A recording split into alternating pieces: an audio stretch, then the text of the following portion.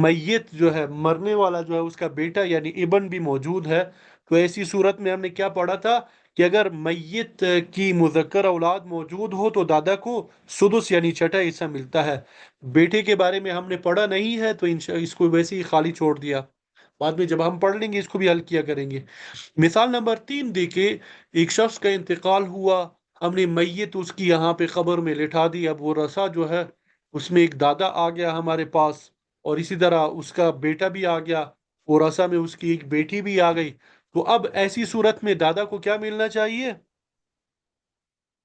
دادا کو کیا ملنا چاہیے؟ یہ سدس ملنا چاہیے، ٹھیک ہے، مذکر اور مؤنث دونوں اولادیں ہوں۔ بیٹا بیٹی اس کے احوال ہم نے پڑھے نہیں ہیں، ان کو ویسے ہی چھوڑ دیا۔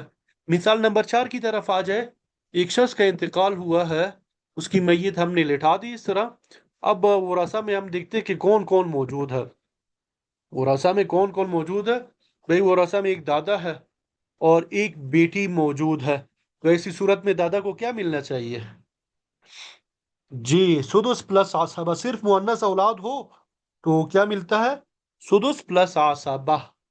مثال نمبر 5 دیکھیں، ایک شخص کا انتقال ہو چکا ہے، دادا موجود ہے، یہ شوہر موجود ہے، تو یہ شخص نہیں ہے، یہ خاتون ہے، خاتون کا انتقال ہو چکا ہے۔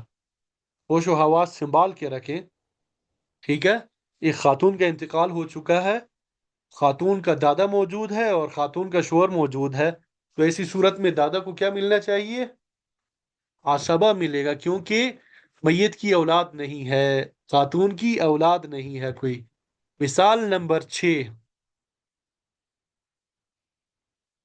ایک شخص کا انتقال ہوا، دادا موجود ہے اور اسی طرح نواسا موجود ہے، اب یہاں پہ کیا ملے گا دادا کو؟ دادا کو یہاں پہ کیا ملنا چاہیے؟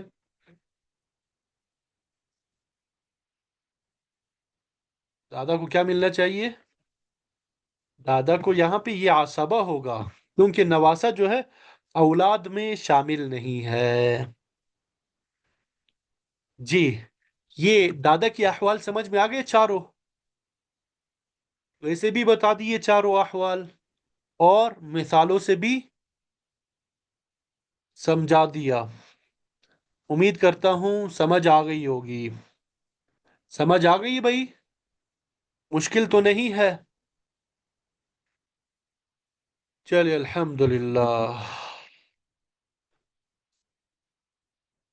آگے چلتے ہیں۔ اب اسی کو عربی زبان میں بیان کیا ہے، ٹھیک ہے، ہم نے تو ترتیب آپ کو بتائی شروع میں کہ پہلے اردو میں بتائیں گے، پھر مثالوں کے ساتھ سمجھائیں گے، پھر اس کے بعد عربی جو ہے وہ آپ کو بتا دیں گے۔ یہ بعض طالبات اور طلبہ جو ہے وہ ایک بات لے کے ادھر ہی رہ جاتے ہیں۔ ذوی الفروز نسبی جو ہے بتا دیا کہ میاں بیوی کے علاوہ باقی سب ذوی الفروز نسبی ہے، باقی 10 ذوی الفروز نسبی ہے، میاں بیوی جو ہے وہ ذوی الفروز سببی ہے۔ سوالات آخر میں، سبق کی طرف آ جائیں۔ والجد الصحیح، جد صحیح، اس کی تعریف کر رہے ہیں، دادا کی تعریف کر رہے ہیں۔ وَهُوَ الَّذِي، وہ وارث ہے، لا تدخل، یہ داخل نہیں ہوتا، فی نسبتی ہی، اس کی نسبت کرنے میں، الی المیت، میت کی طرف، ام، یعنی درمیان میں ماں کا واسطہ نہیں آتا، مؤنث کا واسطہ نہیں آتا۔ وَهُوَ كَالْأَبِ، یہ کس کی طرح ہوتا ہے؟ باپ کی طرح ہوتا ہے، یعنی باپ کے جو 3 احوال ہیں وہی اس کے بھی 3 احوال ہوں گے، جو باپ کی 3 احوال ہے وہی 3 احوال جو ہے دادا کی بھی ہوں گے، سوائے ایک حالت کی کہ باپ بھی موجود ہو تو دادا محروم ہوتا ہے، وہ 3 احوال میں نے آپ کو بتا دیے۔ الا فی 4 مسائل، یعنی باپ اور دادا کے جو ہے احوال تو ایک جیسے ہیں، سوائے 4 مسائل میں۔ 4 مسائل میں باپ دادا میں کیا ہے؟ فرق آ جاتا ہے، 4 مسائل میں باپ دادا میں فرق آ جاتا ہے، ٹھیک ہے، باپ دادا کے احوال تقریباً ایک جیسے ہی ہے، صرف ایک حالت میں فرق ہے، باقی 4 مسائل ایسے ہیں جن میں باپ دادا میں کیا آ جائے گا؟ فرق آئے گا، تو وہ 4 مسائل یہاں پہ میں نے لکھے تو ہوئے ہیں، ابھی میں نہیں پڑھاؤں گا، یہ انشاءاللہ 2-3 دنوں تک جب ہم مزید احوال پڑھ لیں گے وہاں پہ یہ چاروں مسائل کا فرق آئے گا ہمارے سامنے، تو اس وقت میں بتا دوں گا۔ اب ہم آگے چلتے ہیں یہ چار مسائل میں کیا فرق ہے یہ میں نے آپ کے سامنے عربی میں لکھے ہوئے ہیں، تو انشاءاللہ جب وقت آنے پہ ان کی تفصیلات آ جائیں گے تو میں وہاں پہ اشارہ کر دوں گا کہ یہ وہ چار مسائل ہے، یہ پہلا مسئلہ ہو گیا، یہ دوسرا، یہ تیسرا اور یہ چوتھا، اور پھر ہم یہاں سے آ کے پڑھیں گے اس کو، ٹھیک ہے؟ تو اتنا ہی کافی ہے دادا کے بارے میں، اتنا ہی کافی ہے، جتنا ہضم کر سکتے ہیں وہ میں بتا رہا ہوں، جو قابل ہضم نہ ہو وہ آپ کو نہیں بتاتے، پریشان ہو جائیں گے آپ۔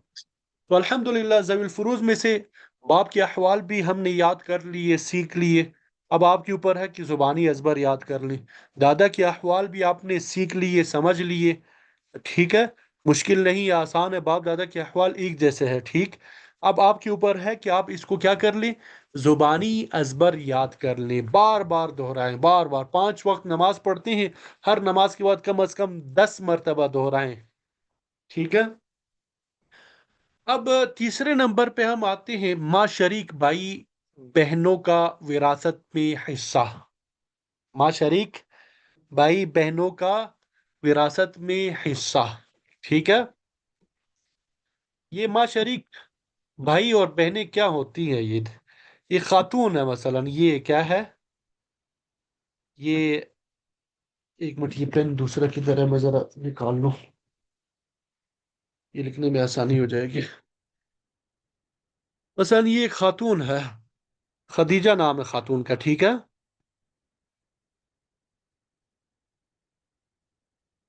یہ خدیجہ خاتون ہے، اس نے کس سے شادی کر لی؟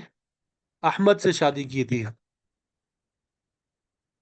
ٹھیک ہے؟ پہلے شادی کس کے ساتھ کی تھی؟ احمد کے ساتھ۔ اس سے بیٹا ایک کیا تھا؟ آ، اسد، اسد، ٹھیک ہے؟ احمد سے کیا ہو گیا؟ اسد تھا۔ پھر اس احمد کا انتقال ہو گیا یا اس نے طلاق دے دی، جو بھی صورت بن گئی، یعنی ان کا رشتہ ختم ہو گیا، اس خاتون نے پھر زید سے شادی کر لی،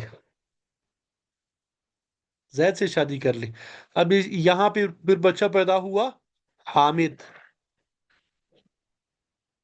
اب یہ اسد جو ہے، اسد اور حامد، یہ دونوں آپس میں کیا ہے؟ ماں شریک بھائی ہے، ان دونوں کی ماں کیا ہے؟ ایک ہے، ماں دونوں کی کیا ہے؟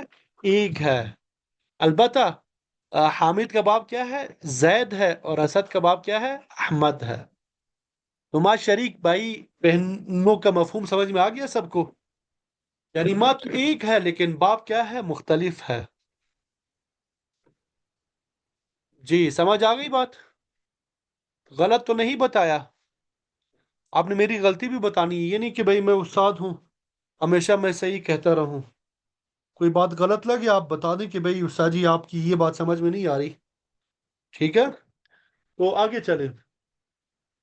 اب ماں شریک بھائی بہنوں کا وراثت میں کیا حصہ ہوتا ہے؟ اچھا، یہ ماں شریک بھائی یہ گویا کہ 3 ذوی الفروز ہو گئے، اسی طرح ماں شریک بہن، عورتوں میں سے ماں شریک بہن بھی آ گئی، گویا کہ یہاں پہ 4 ذوی الفروز کا ہم وہ پڑھیں گے، ماں شریک بھائی اور بہنوں دونوں کا وراثت میں حصہ یہ بھی پڑھیں گے، دیکھیں۔ اچھا، یہ ماں شریک بھائی اور بہنیں جو ہے ان کے لیے مختلف نام ہے عربی میں۔ اخ خیفی ماں شریک بھائی کو کہتے ہیں، اخ بھائی کو کہتے ہیں خیفی ماں شریک، اخت خیفی اخت بہن کو کہتے ہیں خیفی ماں شریک بہن، ٹھیک ہے؟ اسی طرح ان کو اولاد الام بھی کہتے ہیں، ماں کی اولاد، اولاد الام بھی کہتے ہیں، ٹھیک ہے؟ اخ خیفی اخت خیفی اولاد الام، یہ تینوں الفاظ استعمال ہوتے ہیں۔ تو ان کی بھی کتنے احوال ہے بھائی؟ 3 احوال ہیں، یعنی 3 صورتیں ہیں۔ نمبر 1، ان کو سدس ملے گا، چھٹا حصہ ملے گا۔ ابھی تک دیکھ کے ہم نے وہ جو 6 حصے ان میں سے سدس پڑھا ہے، ٹھیک ہے؟ ان کو کیا ملے گا؟ سدس ملے گا، چھٹا حصہ ملے گا۔ نمبر 2، ایک نیا اضافہ ہوا ثلث، 1/3 ملے گا ان کو کیا ملے گا؟ 1/3۔ نمبر 3، محجوب ہوں گے، یہ محروم ہوں گے۔ تو اولاد الام یا ماں شریک بھائی بہنوں کا وراثت میں جو حصہ ہے وہ 3 طرح ہوگا، یا تو ان کو چھٹا حصہ ملے گا، یا ان کو 1/3 ملے گا، یا یہ محروم ہوں گے۔